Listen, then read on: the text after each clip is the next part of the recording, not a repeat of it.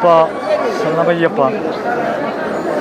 കലിയുഗവരതനും കാനനവാസനുമായ ആര്യങ്കാവ് ശ്രീ ധർമ്മശാസ്താവിൻ്റെയും അച്ചൻകോവിൽ അന്നദാനപ്രഭുവായ ധർമ്മശാസ്താവിൻ്റെയും അച്ചൻകോവിൽ കറുപ്പസ്വാമിയുടെയും തിരുമേനിയിൽ ചാർത്തുവാനുള്ള ഒന്നും തിരുവാഭരണവുമായി ഇന്ന് രാവിലെ 9:30 പുനലൂർ പുതിയടം ശ്രീകൃഷ്ണസ്വാമി ക്ഷേത്രത്തിൽ നിന്നും വൻപിച്ച ദീപാലങ്കാരത്തോടെയും സ്വീകരണത്തോടും ഏറ്റുവാങ്ങി ആര്യങ്കാവിൽ വൈകിട്ട് 6:45 ഭഗവാന്റെ തിരുമേനിയിൽ ചാർത്തി ദീപാരാധനയും അച്ചൻകോവിൽ 6:45 ഭഗവാന്റെ തിരുമേനിയിൽ ചാർത്തിയുള്ള ദീപാരാധനയും വാദ്യമേളങ്ങളോടെയും വാഹന അകമ്പടിയോടെയും പോലീസ് അയ്യപ്പ ഭക്തന്മാരുടെയും ക്ഷേത്ര ഉപദേശ സമിതിയുടെയും തിരുവിതാംകൂർ ദേവസ്വം ബോർഡ് ഭാരവാഹികളുടെയും പുനലൂർ ദേവസ്വം ലൈസൻസ് കമ്മീഷണറുടെയും പത്തനംതിട്ട അടിപ്പൂട്ടി കമ്മീഷണറുടെയും സാന്നിധ്യത്തിൽ ഈ തിരുവാഭരണം ഇന്ന് പുതിയടം ശ്രീകൃഷ്ണസ്വാമി ക്ഷേത്രത്തിൽ നിന്നും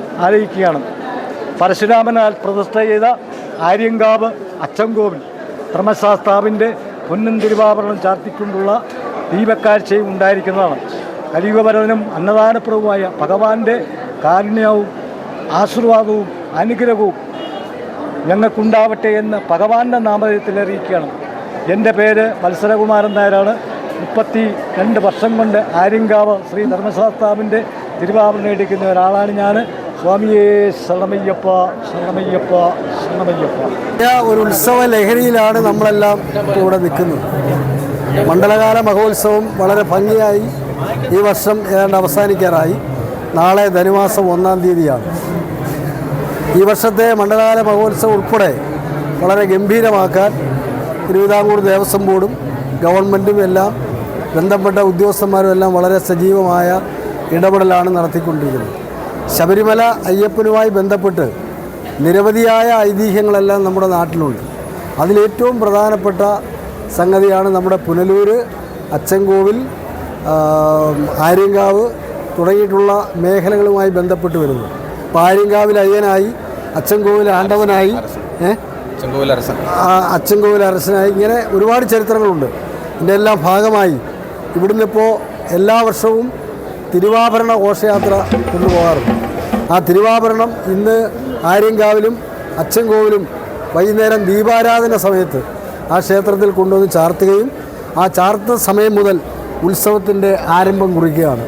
നാളെ അച്ചൻകോവിൽ ക്ഷേത്രത്തിൽ കൊടിയേറ്റാണ്. അപ്പോൾ വളരെ പൂർവാധികം ഭംഗിയായി കഴിഞ്ഞ വർഷത്തേക്കാൾ വലിയ ആഘോഷത്തോടു കൂടിയാണ്, ഭക്തിനിർഭരമായ അന്തരീക്ഷത്തിലാണ് നമ്മൾ ഈ വർഷവും പുനലൂരിൽ നിന്ന് നമ്മൾ ഈ ഘോഷയാത്ര ആരംഭിക്കുന്നത്. തീർച്ചയായും വളരെ ഞാൻ കഴിഞ്ഞ തവണയും പങ്കെടുക്കാനൊരു ഭാഗ്യം ലഭിച്ചു. ഇത്തവണയും രാവിലെ വന്നു.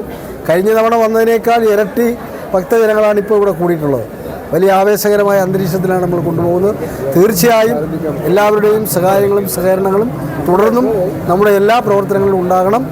തീർച്ചയായും അതിരാവിലെ മുതൽ തന്നെ ഇവിടെ കൂടിയിട്ടുള്ള എല്ലാ ഭക്തജനങ്ങളെയും തിരുവിതാംകൂർ ദേവസ്വം ബോർഡിന് വേണ്ടി ഉള്ള നന്ദിയും കടപ്പാടും അറിയിച്ചുകൊണ്ട് അഡ്വക്കേറ്റ് അജി മെമ്പർ, മറ്റൊരു മെമ്പർ ഇവിടെ പങ്കെടുക്കുന്നുണ്ട്.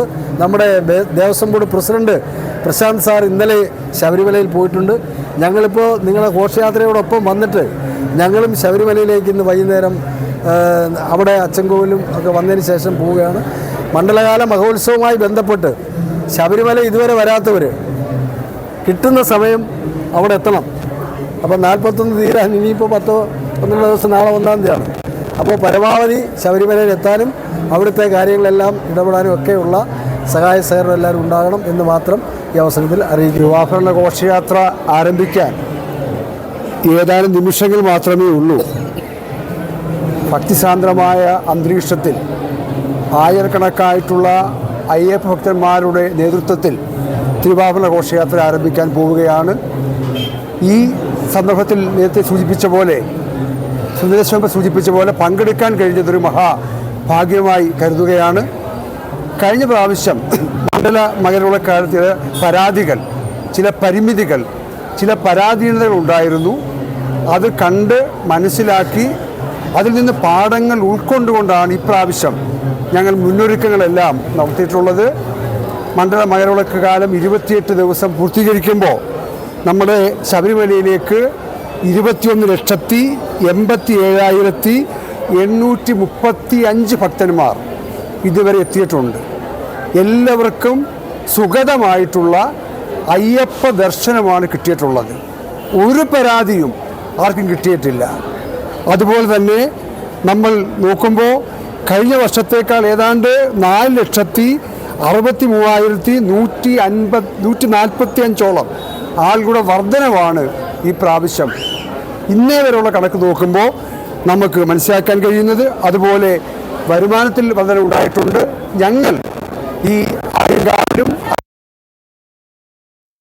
നമ്മുടെ ഇടത്താവളങ്ങളിലെല്ലാം ആവശ്യമായിട്ടുള്ള സാഹചര്യങ്ങളും ഒരുക്കി. ശബരിമല അയ്യപ്പ ഭക്തന്മാർക്ക് യഥേഷ്ടം പ്രസാദം ലഭിക്കുകയാണ്. ആർക്കും വെട്ടിച്ചുരുക്കി കുറയ്ക്കൊന്നും ചെയ്യുന്നില്ല. അതുപോലെ എല്ലാവരുടെയും വാഹനം പാർക്ക് ചെയ്യാൻ ഞാൻ പ്രധാനമായിട്ട് ശബരിമലയെ ബന്ധപ്പെട്ടാണ് പറയുക. ഹിൽ ടോപ്പിൽ നമുക്ക് അനുവാദം കിട്ടി. ചക്കുപാലം 2-ൽ നമുക്ക് അനുവാദം തന്നെ